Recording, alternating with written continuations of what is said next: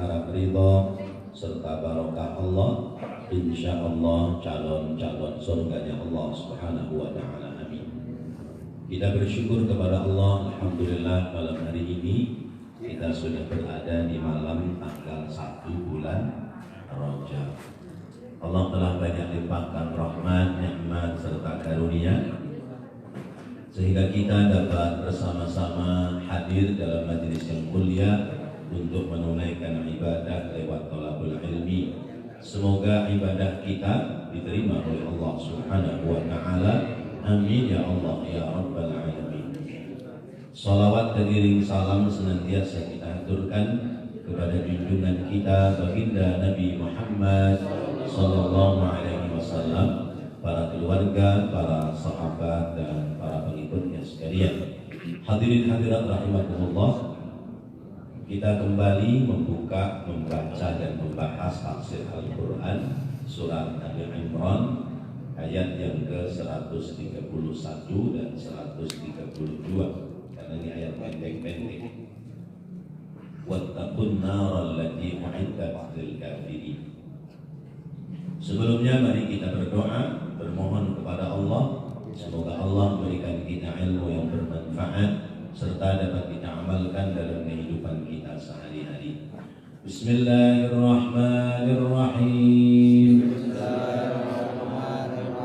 La ilaha illallah. Astaghfirullah. Allahumma salli wa sallim ala sayyidina Muhammadin wa ala ali sayyidina Muhammad. Allahumma iftah lana bihi abwaba ilmika kama fatahtaha ala anbiya'ika wa ulamaika al-mutaqaddimina wal mutaakhirin wansur alaina rahmataka ya dzal jalali wal ikram. Bisirri asraril Fatihah. Bismillahirrahmanirrahim. Alhamdulillahi rabbil alamin. Ar-Rahmanir Rahim. Maliki yaumiddin. Iyyaka na'budu wa iyyaka nasta'in. Ihdinas siratal mustaqim. Siratal ladzina an'amta 'alaihim ghairil maghdubi 'alaihim waladdallin. A'udzu billahi minasy syaithanir rajim. Bismillahirrahmanirrahim. Wattaqu, dan takutlah kalian, an-nara, api neraka, allati u'iddat, yang disediakan, lil kafirina, bagi orang-orang kafir. Wa ati'u, dan taatlah Allah, kepada Allah, war rasulah, dan kepada Rasul Allah, la'allakum, supaya kalian turhamuna, mendapatkan rahmat. Sadaqallahul azim. A'udzu billahi minasy syaithanir rajim. Bismillahirrahmanirrahim. Wattaqun naral lati u'iddat lil kafirin. Wa ati'u Allah war rasul la'allakum turhamun. Bapak Ibu hadirin hadirat rahimakumullah. rahimahullah yang lalu membahas tentang kita umat Islam, orang yang beriman dilarang melakukan praktek riba. Ya, dilarang melakukan praktek riba. Riba itu ya gampangnya mengambil keuntungan yang tidak sewajarnya, mengambil keuntungan yang tidak syariat, itu masuk dalam kategori praktek riba. Apalagi kemudian ribanya itu adha'afan mudha'afah. Ada riba biasa, ada riba yang berlipat-lipat.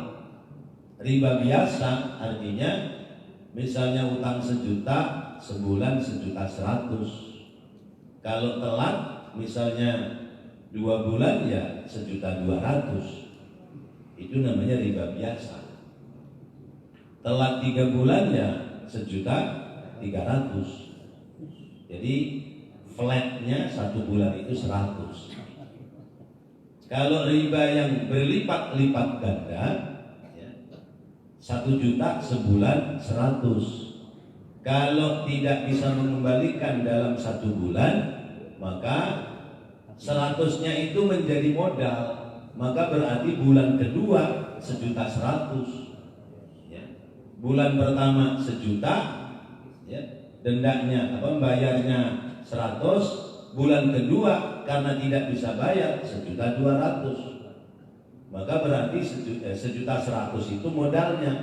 Berarti beranaknya adalah jadi 110.000. 110.000 ini umpama aja. Jadi ketika bulan kedua tidak bisa membayar, maka membayarnya adalah 1.210.000. Ya, begitu. 1.210.000, bulan ketiga nggak bisa bayar lagi, maka 1.210.000 modalnya. Karena sudah bulan ketiga, berarti tambah lagi 300. Yang 10 beranaknya 20 ya, berarti 320 ditambah 1.300.000, maka bulan ketiga sudah sampai mencapai 1.620.000. Bayangin aja, karena anaknya beranak. Jadi dagangin duit sampai bercucu dan bercicit. Nah ini disebutnya adalah riba adha'afan mudha'afan.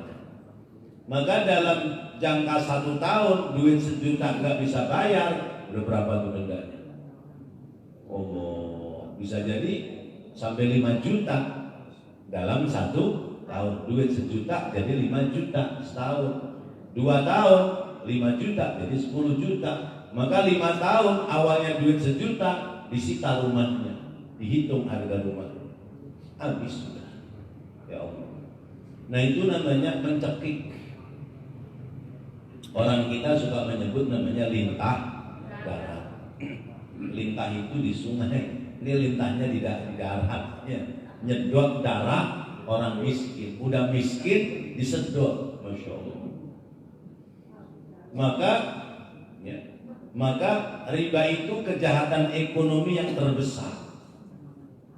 Riba adalah kejahatan ekonomi yang terbesar. Penindasan terhadap orang yang butuh, pembunuh kemanusiaan dan pembunuh kehormatan. Bayangin, orang hutang hanya 3 juta atau 5 juta, dalam 3 tahun atau 2 tahun gak bisa bayar, rumahnya disita. Orang yang punya rumah diusir, masya Allah. Karena jaminan awalnya adalah surat tanah. Surat tanahnya disekolahi. Saya nyekolahinya sama lintah darah. Jadi sedot terus, habis darah. Jadi riba itu kejahatan ekonomi yang terbesar. Maka riba itu harus dibuang. Riba itu harus disingkirkan dan dihentikan. Sehingga orang meninggalkan praktek riba, yakin gak bakal jadi miskin. Orang dagang duit Ketika sudah tahu bahwa dagang duit itu hukumnya haram, ya, sesudah tahu bahwa meminjamkan uang dengan berkelipatan itu hukumnya haram, maka wajib segera menghentikan. Wajib menghentikan, di dalam surat Al-Baqarah diterangkan, wajib menghentikan. Lalu kemudian sesudah menghentikan, kalau nilai modalnya sudah lebih kepada yang menghutangkan, harus dikembalikan kepada yang berhutang. Lalu kemudian bertaubat kepada Allah. Bertaubat kepada Allah. Begitu caranya. Tapi kalau kemudian lah duit saya masih di dia, enak di dia, enak di dia, nggak enak di kita, katanya. Ya terus aja.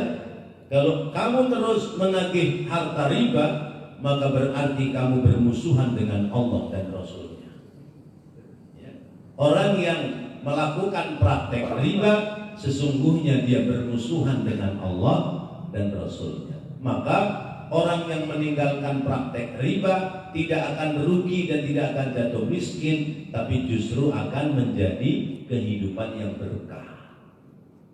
Tapi ketika orang itu menjalani praktek riba, maka dia jauh dari keberkahan Allah. Orang yang melakukan praktek riba, menjual uang dengan cara-cara seperti itu, maka hidupnya akan kecingrangan terus, merasa kurang dan kurang. Karena itu kita harus meninggalkan praktek riba. Ketika praktek riba kita tinggalkan, maka akan terjadi hubungan harmonisasi antar anggota masyarakat. Akan terjadi hubungan harmonisasi. Loh, kenapa menjadi harmonis? Karena silaturahimnya menjadi baik. Pak Haji Edi, mohon maaf, saya butuh uang 500.000 untuk keperluan anu misalnya begitu. Jadi nggak tahu Pak Haji Edi yang mana ya. Umpama aja. Saya butuh keperluan ini. Pak Haji, mohon maaf, saya mau pinjam uang. Insya Allah dalam 1 bulan saya akan kembalikan. Oh, boleh Pak, boleh.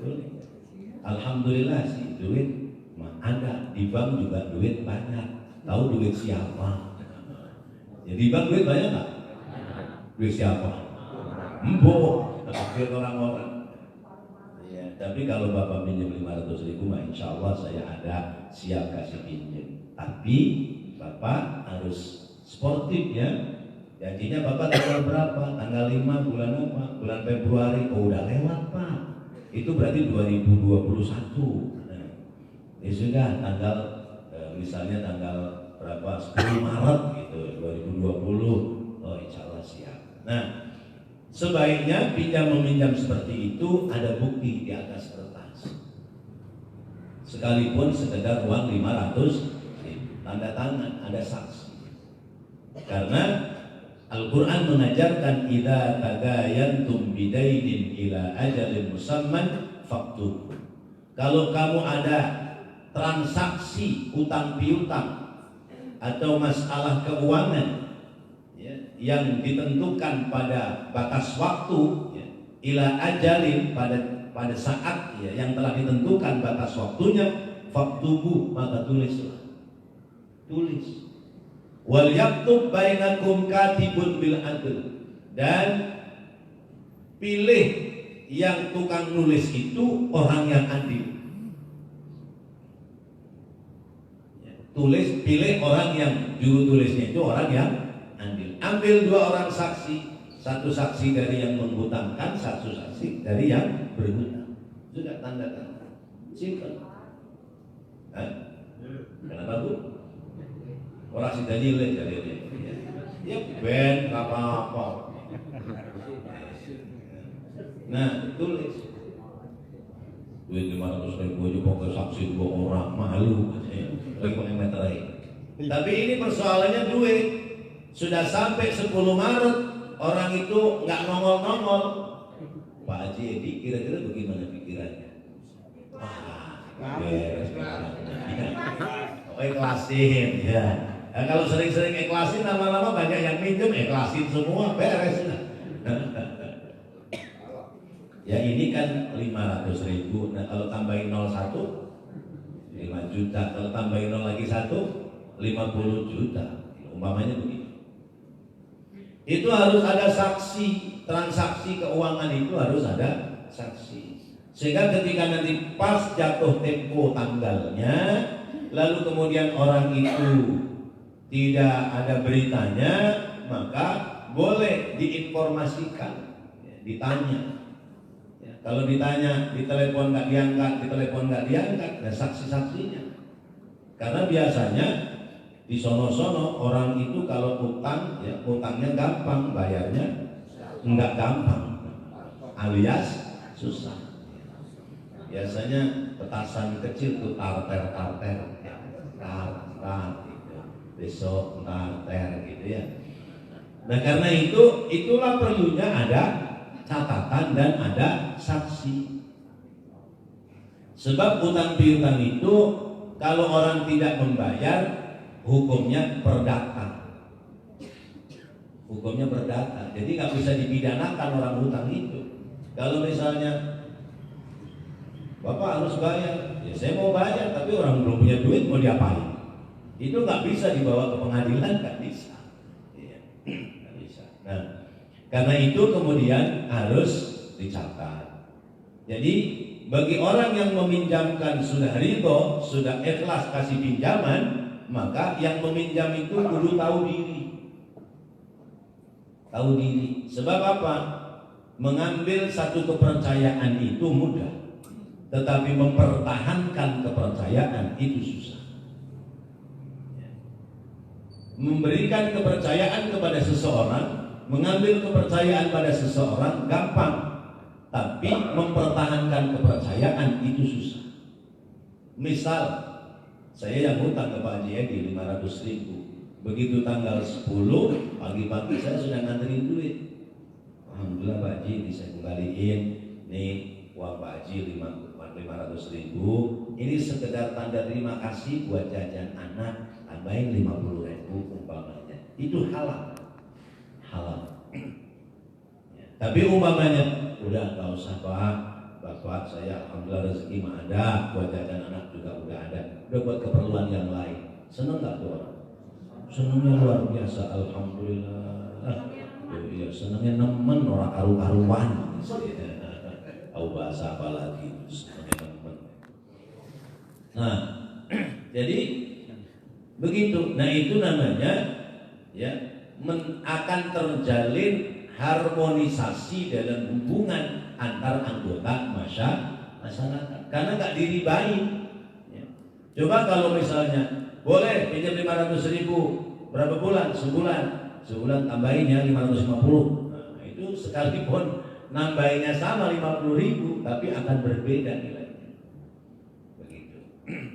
Nah, ketika kita meminjam, lalu kita bisa menjalankan amanah menjadi harmonis, besok lusa kita butuh lagi mau pinjam, enak nggak minjemin? Yang minjemin mah enak, bapak ini mah amanah, kalau sudah waktunya pasti dibayar, ya. Kasih pinjam lagi. Kapan waktunya butuh lagi, enak nggak minjemnya? Enak, minjemnya enak, yang dipinjemin enak. Nah itu namanya jalan hidup, jalan rezeki itu kita sendiri yang lancarin. Maka kita jangan suka mampetin jalan rezeki sendiri. Kalau kita membangun hubungan yang tidak harmonis antar sesama kita, itu berarti kita mampetin jalan rezeki sendiri. Semisal uang 500.000 kepada Pak Haji Edi, ya namanya duit gopek lah, biarin dah, bayar syukur tak bayar ya biarin aja. Ya, udah sebulan, 2 bulan, 3 bulan, kita butuh lagi. Berani nggak datang ke beliau? Ayo, berani nggak? Nggak berani. Kenapa nggak berani? Karena melakukan kesalahan. Itu namanya mampetin rezeki sendiri. Kita ini sering mampetin rezeki kita sendiri dengan melakukan kesalahan terhadap orang lain. Orang sudah baik, baiknya kayak apa sama kita. Sama kita diakali. Diakali. Datang lagi, Haji, mohon maaf, ibu saya sakit keras di kampung. Saya mau pinjam, mau pulang kampung. Udah pinjam lagi ya 500.000. Ntar sekalian balikinya sama yang bulan yang lalu, 3 bulan yang lalu. Mungkin masih percaya, apalagi mau melas, ya. Matanya berkaca-kaca, kayak artis, gayanya nangis.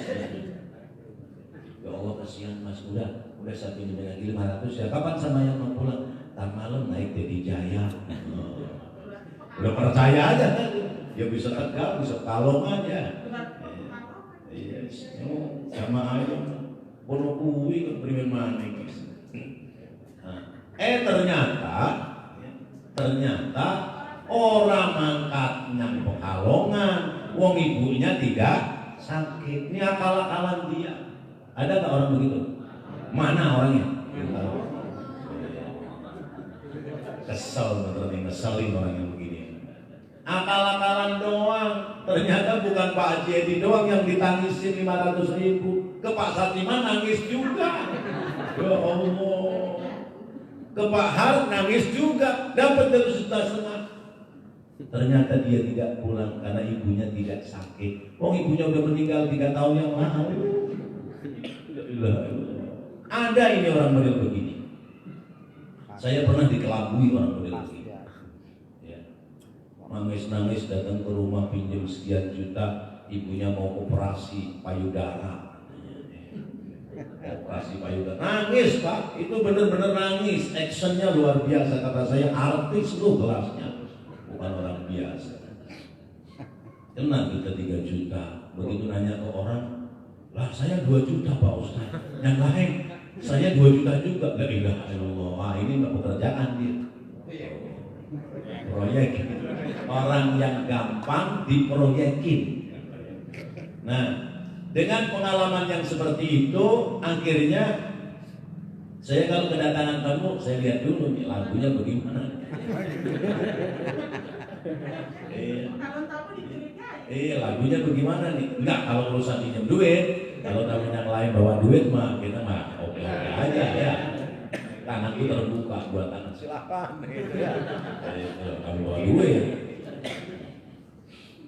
Nah, kalau udah mulai memelas begini, udah mas, udah mohon maaf, saya nggak bisa kasih pinjam sama ente.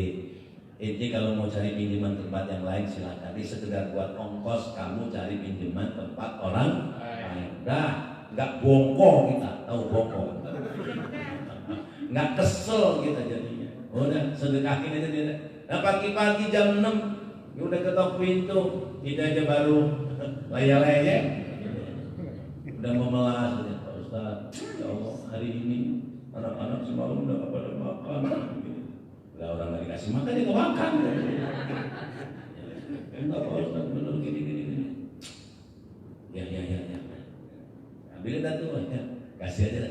Nih buat makan hari ini. Saya minjemin banyak nggak bisa. Ini saya kasih. Nah, insya Allah cukup buat makan situ keluarga. Nah, maaf ya, saya masih ada keperluan lain. Udah, karena itu hampir 3 bulan sekali itu orang datang ke saya. Iya. Modelnya begitu memelas. Ada lagunya. Yang bilang gentengnya bocor lagi musim hujan. Tapi nggak pernah balikin. Tapi dasar mukanya muka gede. Muka tembok.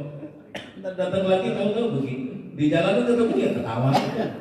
Karena saya masya Allah, rupanya Allah ciptakan juga orang-orang yang model kayak begini. Nah itu rupanya sering dengar nggak kalau mau duit ke dia aja, dia orangnya gampang kok gitu ya. Dari mulut ke mulut begitu. Lah ada orang nggak tahu orang kampung mana datang minta bantuan. Harus 200.000. Harus 200.000, nggak boleh kurang. Bapak kenapa? Bapak tinggalnya di mana? Saya orang Tangerang, tapi dulu saya tinggal di Tanah Abang. Saya dari Tanah Abang habis nengokin saudara sakit, sepeda motor saya banyak meletus. Ya, saya nanya, di sini pengurus NU siapa? Ya kita pengurus NU lagi. Di sini yang pengurus NU siapa? Saya dikasih tahu, Pak Ustadz. Saya tanya, Pak Ustadz siapa? Pak Ustadz Abdul Ghani. Saya datang aja Pak ke sini. Nggak terus, saya mau minta duit 200.000 buat dandanin ban motor saya meletus. Udah sekarang gini Pak, motornya di bengkel mana? Begitu ya. Motornya di bengkel mana? Saya anterin. Udah ntar saya yang bayarin. Semua biar saya yang bayarin. Kenapa? Udah sering model tipu-tipu kayak begini. Ya. Udah begitu sudah ngomongnya katanya dekat pom bensin. Kan pom bensin sono ada. Pom bensin mana? Sana yang ada puskesmas katanya. Oke. Udah saya anterin. Begitu sudah sampai di pasar Peluwes, ini beloknya kemana? Kanan apa kiri? Kiri. Lah katanya pom bensin kanan. Kok minta beloknya kiri? Bagaimana sih? Oh ya Pak kanan, saya lupa kanan. Udah. Bengkelnya yang mana? Nih bengkel sini semua saya kenal, nih banyak murid saya. Udah Bapak sampai sini aja kan. Ntar saya ke bengkel sendiri. Saya malu sama tukang bengkelnya. Pinter. Ya sudah lah. Memang rezeki dia caranya begitu, ya, kurangnya rezeki kita modelnya begini, asal kita ikhlas itu selesai.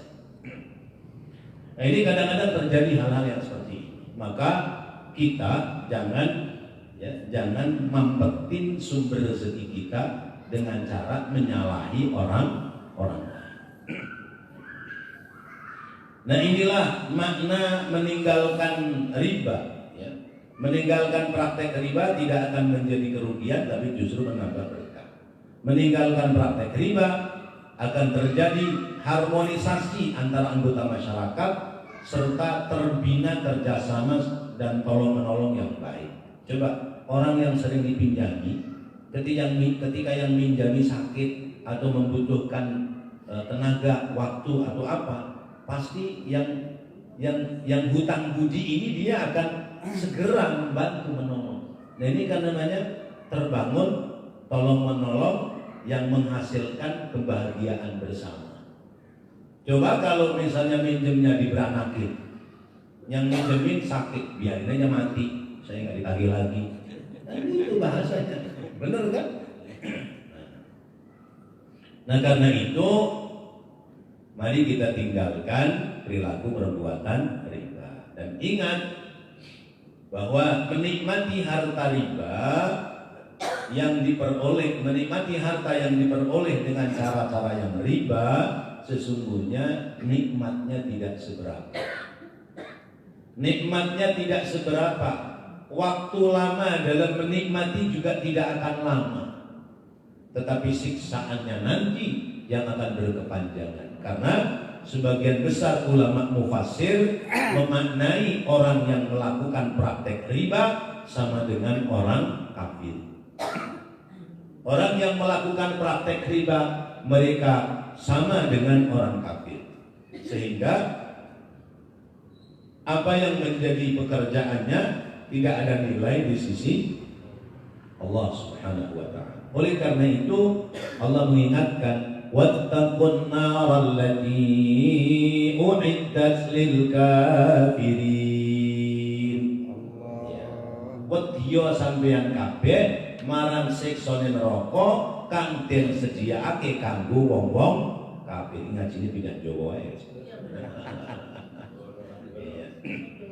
Bertakwalah kamu, takutlah kamu kepada api neraka yang disediakan api neraka itu bagi orang-orang kafir. Jadi dibahasakan oleh Allah orang-orang yang memakan harta riba, yang menghimpun harta dengan cara riba, maka dia adalah masuk golongan orang yang ingkar kepada Allah. Maka ancamannya adalah siksa neraka. Ya sesuai dengan apa yang disabdakan oleh Rasulullah. Man akala luqmatan minal haram fannaru aula. Siapa orang yang memakan sesuap dari harta yang haram, maka neraka lebih utama tempat baginya. Lalu kalau hasil hari-harinya dari harta haram, lalu kemudian masak nasinya, berasnya boleh beli duit haram. Tempe boleh beli duit haram. Oseng kangkung boleh beli duit haram. Ya. Umpamanya ayam goreng boleh beli duit haram. Udah makan dah tuh sesuap, satu suap dia berhak masuk neraka. Nah kalau seluruhnya boleh beli dari harta haram, berapa suap makan? Bapak pernah hitung sepiring berapa suap? Masya Allah. Itu setiap hari yang dimakan seperti itu, maka tidak akan menguntungkan baginya manakala dia selalu makan harta dengan cara-cara yang riba. Jadi ayat ini menjelaskan kepada kita hati-hati memperoleh harta dengan jalan yang haram. Yang lalu sudah saya sampaikan, harta haram itu kalau dimakan jadi masalah, kalau dibelikan barang juga jadi masalah. Dimakan jadi masalah, darah daging kita tersusun dari makanan yang haram. Itu kalau yang makan suami. Dimakan istri bermasalah karena darah dan daging istri dikonsumsi dari harta haram. Maka istrinya berani ngelawan sama suaminya karena makanannya dari hasil haram. Dimakan anak biar kata ngaji, baca Qur'annya bisa, kalau dinasehatin galakan anak daripada orang tua. Boleh jadi adalah makanannya harta haram. Masya Allah.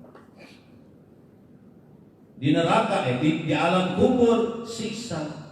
Di neraka, di akhirat neraka. Itu kalau bentuknya makanan. Kalau dikumpulkan menjadi harta, dibelanjakan, beli emas, cincin, kalung, gelang, itu bangkai. Masya Allah, bangkai. Dibeliin motor bangkai. Jadi naik motor bangkai. Ini saya punya pengalaman. Motor saya yang kecil, anak saya aja lagi nggak mau pakai. Ceritanya kemarin malam minggu wajib itu ada tikus got, ya, tikus got masuk ke rumah. Nah karena diuber-uber hilang, nggak taunya masuk ke dalam motor. Dia bisa masuk nggak bisa keluar. Akhirnya mati di situ. Jadi ketika motor dimasuki, bau banget ini. Bangke di mana? Coba keluarin motor, keluarin. Hilang baunya. Wah, udah pasti di dalam motor. Nah ini contoh nih. Motor bangkai. Ini saya jadi kepikiran, ini motor bangkai. Ya. Ini baru bangkai tikus yang nempel. Nah kalau yang buat beli duitnya dari haram, berarti motornya itu yang bangkai. Bayangin aja, malaikat pasti tetap hidup. Kalau orang karena nggak tahu belinya duit boleh dari mana. Saya merasakan betul. Semalam ngajar di Al Muslimin, saya naik motor kecil. Begitu saya standar, bau bangkai ini gimana ya? Kok tadi enggak, sekarang kok bau? Udah diam aja, ntar kalau saya pergi juga nggak bau. Terus begitu. Pindah ngajar di Nurul Ihsan, begitu juga. Tiba-tiba bau bangkai, wis menengahin. Diam aja dah. Ya, ntar juga hilang lagi kena angin. Gitu. Padahal tidak di dashboard di bawah sepeda motor saya. Ya Allah. Nah ini bangkai beneran, bangkai tikus. Nah ini bangkai hakikat. Coba kita bisa bayangkan orang perempuan pakai gelang, cincin, kalung, tapi dari bangkai tikus. Bayangkan aja, bangkai tikus yang dirangkai, kemudian dijadikan kalung. Masya Allah. Na'udzubillah. Itu kalau dibelikan kalung, dibelikan kendaraan, biar kata mobilnya bagus, tapi hakikatnya naik bangkai. Dibelikan rumah, cakep rumahnya, tapi dari harta haram, berarti menempati rumah bangkai. Tadi motor saya dimasukin aja, kata anak saya, biarin Pak, malam ini motornya taruh di luar aja, bau. Masya Allah. Nah ini harta haram. Karena itu tinggalkan. Di dunianya bermasalah, di alam kuburnya bermasalah. Di alam kuburnya bermasalah. Di akhiratnya apalagi. Di alam kuburnya diceritakan dalam satu kitab, ada rombongan 10 orang berangkat haji. 10 orang berangkat haji, dalam perjalanan berangkat haji 1 orang meninggal. Sebut aja dari Jakarta berangkat haji ke Surabaya sana, ya ke Mekah. Di Semarang sakit 1 orang meninggal, dibawa balik ke Jakarta nggak bisa, dibawa ikut haji nggak mungkin.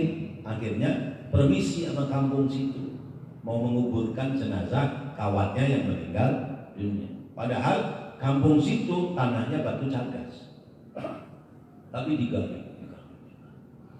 Begitu sudah digali, jenazah mau dimasukkan, muncul seekor ular yang besar dari dalam tanah. Akhirnya urung. Ya udah, coba gali lagi tempat yang sama, tempat yang sebelahnya.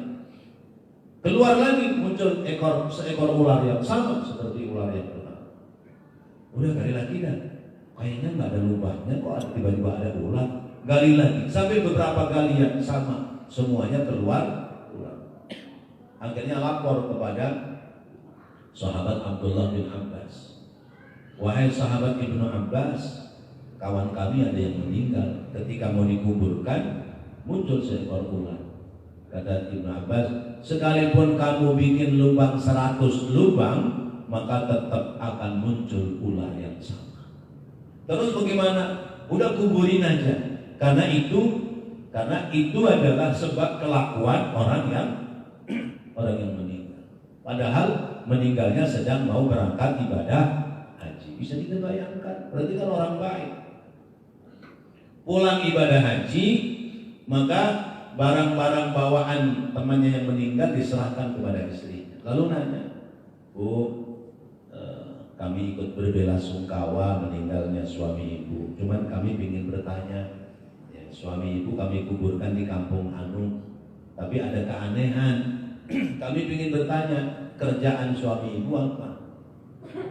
Kerjaan suamiku adalah dagang gandum. Ketika ngulak gandum, misalnya 10 ikat, jadi 11 ikat. Begitu sampai di rumah, ditarik seikat, ditarik setangkai, dibikin lagi 1 ikat. Ngulaknya 10 ikat, jualnya 11 ikat. Dengan harga yang sama, berarti mengurangi timbangan. Oh begitu itu. Memang kenapa? Gak apa-apa Bu, ya mudah-mudahan Allah ampunin dia, gitu kan, ditutupi ya. Tapi artinya bahwa Allah menunjukkan siksaan orang yang melakukan transaksi dengan cara-cara yang haram, masuk ke liang lahat, masuk ke liang kubur, sudah mendapatkan siksa dari Allah Subhanahu wa ta'ala. Karena itu wattaqun naral lati u'iddat lil kafirin. Takutlah kalian dengan siksa neraka yang disediakan bagi orang-orang kafir. Lalu sesudah itu Allah menjelaskan, wa ati'ullaha war rasul la'allakum turhamun. Taatilah Allah, taatilah Rasulullah supaya kamu hidup mendapatkan rahmat. Tapi alhamdulillah di Al-Hikmah ada rahmat, di Nurul Islam ada rahmat, ya di Al-Hikmah ada Pak Rahmat. Di mana Pak Haji Rahmat? Ya. Di Nurul Islam ada Ustadz Rahmat. Ya, jadi banyak rahmat rupanya di kita ya. Insyaallah. Jadi kalau kita ingin mendapatkan rahmat itu apa? Kasih sayang. Kalau kita ingin mendapatkan kasih sayang dari Allah, maka mau tidak mau kita hidup menaati perintah Allah, menaati perintah Rasulullah Sallallahu Alaihi Wasallam. Kalau begitu kita tidak boleh meninggalkan perintah Allah, tidak boleh meninggalkan larangan Allah. Menaati Allah dan Rasulnya, maka apa yang dilarang oleh Allah dan Rasulnya kita tidak boleh melakukannya. Contoh, mengambil harta dengan jalan yang riba, itu berarti menyalahi aturan Allah. Kita hidup apabila ingin mendapatkan ridho, ingin mendapatkan rahmat dan kasih sayang dari Allah, maka taat kepada Allah, taat kepada Rasulullah sallallahu alaihi wasallam. Shadaqallahul azim. Wallahu a'lam bishawab. Mudah-mudahan apa yang kita bahas, kita pelajari, Allah jadikan ilmu yang bermanfaat serta dapat kita amalkan dalam kehidupan kita sehari-hari. Amin ya Allah ya Rabbal alamin. Rabbana taqabbal minna innaka antas samiul alim wa tub alaina innaka antat tawwabur rahim. Rabbighfir warham wa anta khairur rahimin. Sallallahu ala sayyidina Muhammadin wa ala alihi wa sahbihi wasallam. Walhamdulillahi rabbil alamin. Wassalamualaikum warahmatullahi wabarakatuh.